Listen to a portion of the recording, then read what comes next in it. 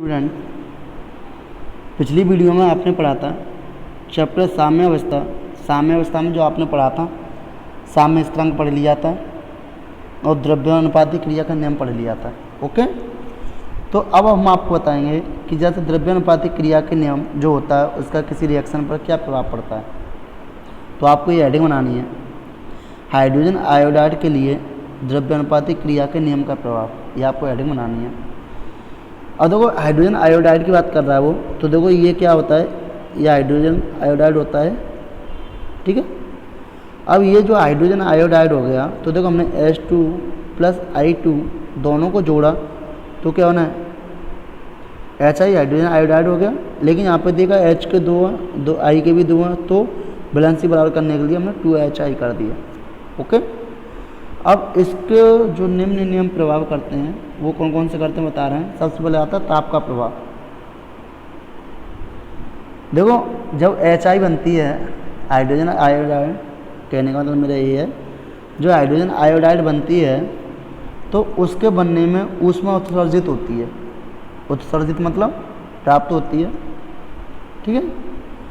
अब जब ऊष्मा उत्सर्जित होती है तो क्या होता है, जो निकाय होता है, ठीक है, तो वहाँ पर जो Kp, देखो ये Kp है, ये क्या है, ये Kp और Kc, ठीक है, दोनों का मान क्या होता है, घटता है। क्या होता है, घटता है। क्यों घटता है, क्योंकि जब हम ताप बढ़ाते हैं तो जो विपरीत अवक्रिया जो होती है, इसकी विपरीत दिशा में जो अवक्रिया होती है तो वहाँ पर K2 का जो मान होता है वो आगे की दिशा में HI का निर्माण करता है। आगे दिशा HI का जो निर्माण होता है, HI का निर्माण तो करता है लेकिन वो निर्माण कम होता है। वहाँ पर क्या होता है, निर्माण कम होता है। ओके, आपको ये पॉइंट लर्न करनी है। उसका बाद आता है दाब का प्रभाव। ये हेडिंग बनानी है, दाब का प्रभाव। दूसरा, अब देखो दाब का प्रभाव क्या कह रहा है वो, जैसे जब तापमान स्तर हो, ठीक है, अब जब तापमान स्तर है और दाब को हम बढ़ाएं तो जब हम स्थिर तापमान पर जब दाब को बढ़ाते हैं तो जो अग्र अभिक्रिया का जो मान होता है वो घटता है। क्या होता है, घटता है। परंतु जो साम्य स्थिरांक आयतन होता है, ठीक है, जो इसका आयतन होगा वो क्या है, दाब पर निर्भर नहीं करेगा। ठीक है, दाब पर क्या करेगा, दाब पर निर्भर नहीं करेगा। जब वो दाब पर निर्भर नहीं करेगा तो हम कह सकते हैं कि HI के निर्माण पर कोई भी प्रभाव नहीं पड़ता। ओके, उसके बाद हेडिंग आती है सांद्रण का प्रभाव। अब जो सांद्रण क्या है, जो अवक्रिया होती है, अवक्रिया हमारी कौन सी हो रही है, अवक्रिया हमारी ये तो हो रही है H2 plus I2 arrow 2HI। Okay, यही अवक्रिया तो हो रही है। और जो हमारी अवक्रिया होती है तो यहाँ पे क्या होता है, इन दोनों का साम्य स्थिरांक क्या होता है, बढ़ता है। ठीक है, जब इन दोनों का साम्य स्थिरांक बढ़ेगा तो जो Kc है, Kc का मान कम होगा। ठीक है, Kc का मान क्या होगा, कम होगा। ओके, ये आपको पूरा नोट करना है, समझ गए। उसके बाद आता है उत्प्रेरक का प्रभाव। अब देखो साम्य स्थापित होने पर, ठीक है, क्या होता है, साम्य स्थापित,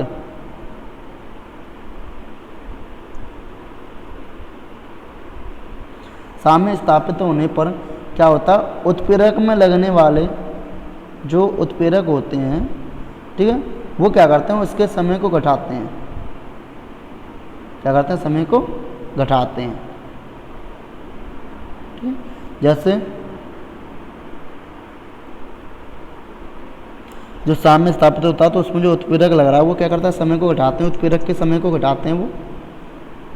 ठीक है, अब देखो उत्प्रेरक के समय को तो वो घटा रहे हैं लेकिन HI के निर्माण पर कोई भी प्रभाव नहीं दिखता है। जैसे HI बनता है तो HI पर कोई प्रभाव नहीं दिखता है। जैसे तुमने देखा A है, ठीक है, और जब कोई भी रिएक्शन कराओगे, जैसे B, ओनली समझा रहा हूँ, नोट नहीं करना है। जब आप B करोगे तो यहाँ पर उत्प्रेरक कहाँ होगा, यहाँ पर होगा, नहीं होगा। तो साम्य स्थापित होने पर क्या होगा, ये इसके समय को क्या कर देंगे, घटा देंगे। जब इसके समय को घटा देंगे तो इस पर कोई भी प्रभाव नहीं पड़ेगा। ओके, ठीक है। अब देखो, अब आता है फास्फोरस पेंटाक्लोराइड। पहले किसके लिए हो गया था? Hydrogen iodide. और होता है PCl5। PCl5 को क्या बोला जाता है? Phosphorus pentachloride. ओके, क्या बोला जाता है इसको? Phosphorus pentachloride. ठीक है, के लिए द्रव्यानुपातिक क्रिया का नियम ये करना है। अब देखो, सबसे पहले क्या हमने PCl5 लिया, ये उत्क्रमणीय का चिन्ह है, इसकी रिएक्शन कराई तो देखो यहाँ पे PCl3 बना और Cl2 बना। ओके, ये होता है फास्फोरस ट्राइक्लोराइड और ये होता है क्लोराइड और ये होता है फास्फोरस पेंटाक्लोराइड। देखो 5 लगा हुआ है तो इसको पेंटा बोला गया, ये 3 है तो इसको ट्राई बोला गया। ओके, अब हम क्या करेंगे? Kp निकालेंगे। देखो Kp निकालने के लिए यहाँ पे जो P दिया गया है वो दाब से संबंधित दे रहा है। ठीक है, दाब याद कर रहा है। तो जैसे सक्रिय द्रव्यमान आपने पढ़ा था, तो वहाँ पे क्या पढ़ा था? जब किसी भी सक्रिय द्रव्यमान को बड़ी कोष्ठक से लिखते हैं तो जो अभिक्रिया पीछे की होती है उन्हें ऊपर लिखा जाता है और नीचे आगे की जो अग्र अभिक्रिया होती है उसको नीचे लगाना होता है। ओके, तो हमने यहाँ पे देखा PCl3। तो देखो PCl3 का सक्रिय द्रव्यमान कोष्ठक क्यों लगाया? क्योंकि बड़े कोष्ठक से इसको डिनोट करते हैं, तो बड़ा कोष्ठक PCl3। ऐसे इस पर बड़ा कोष्ठक है Cl2 अपॉन, ठीक है, उसके बाद क्या है? PCl5। ओके, तो इसके सक्रिय द्रव्यमान हो गए, नहीं हो गए? समझ में आया?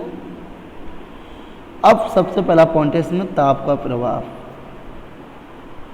अब देखो, यदि ताप वृद्धि पर है, ताप क्या बढ़ता जा रहा है, तो Kp और Kc का मान क्या होगा?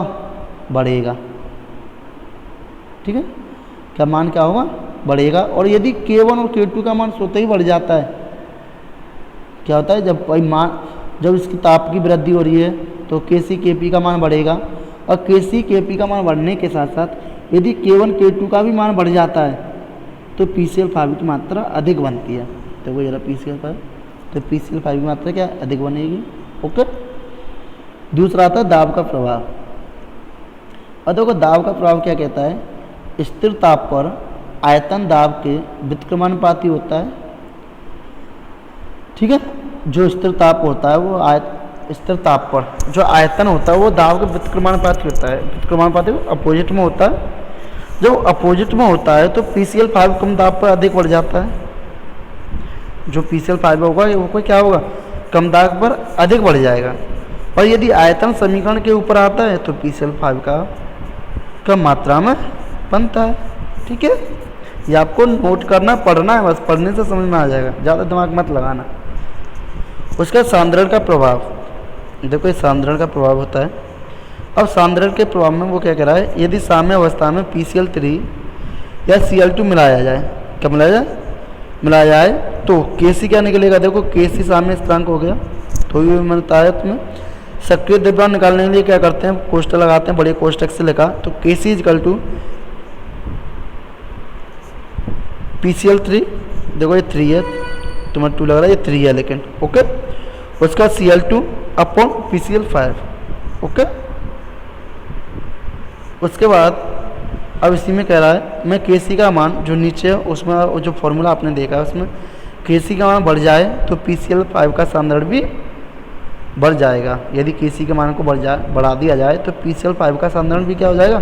बढ़ जाएगा। ओके, अब देखो यहाँ पे कह रहा है उत्प्रेरक की उपस्थिति पर प्रभाव। उत्प्रेरक की उपस्थिति पर कोई भी प्रभाव नहीं पड़ता।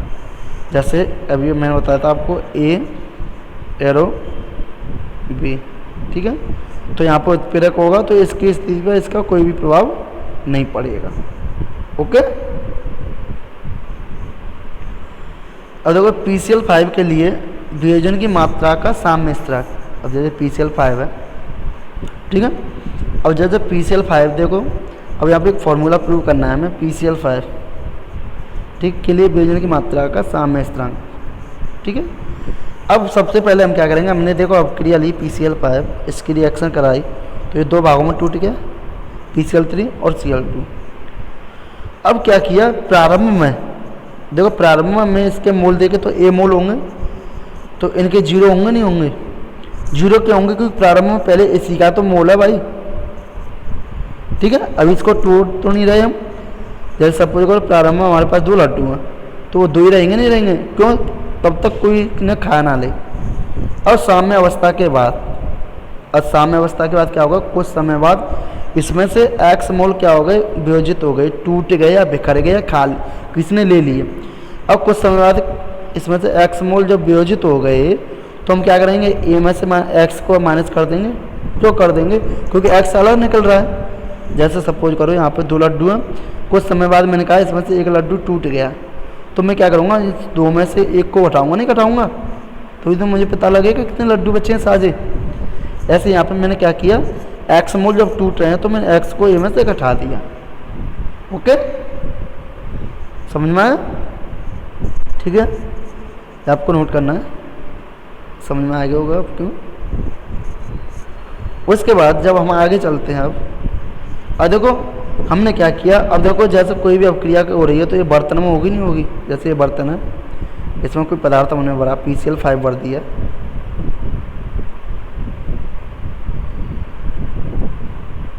तो ये किसी बर्तन में हो रही होगी। तो इस जो बर्तन का आयतन है वो हमने 20 लीटर मान लिया।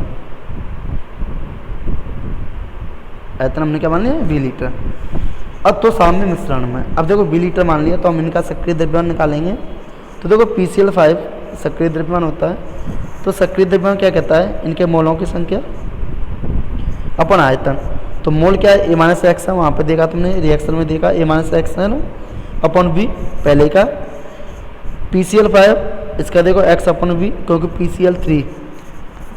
PCl5 का A-x हो गया। अब देखो PCl3, अब PCl3 में क्या हुआ? इसके मोल x है, अपन V आयतन हो गया। ओके, LCl2 x अपन V, कोई दिक्कत? अब क्या करेंगे? द्रव्यानुपातिक क्रिया के नियम से। तो देखो द्रव्यानुपातिक क्रिया का नियम क्या कहता है? Kc साम्य भाई सी सांद्रण, Kc इजकल टू, देखो PCl3 भाई इसका सक्रिय द्रव्यमान अपॉन Cl2 का सक्रिय द्रव्यमान अपॉन भाई PCl3 sorry multiply Cl2 upon PCl5। Okay, अब हम क्या करेंगे?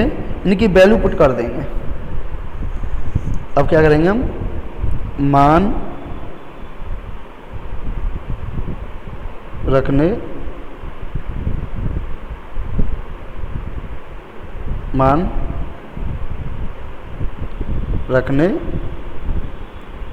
पर।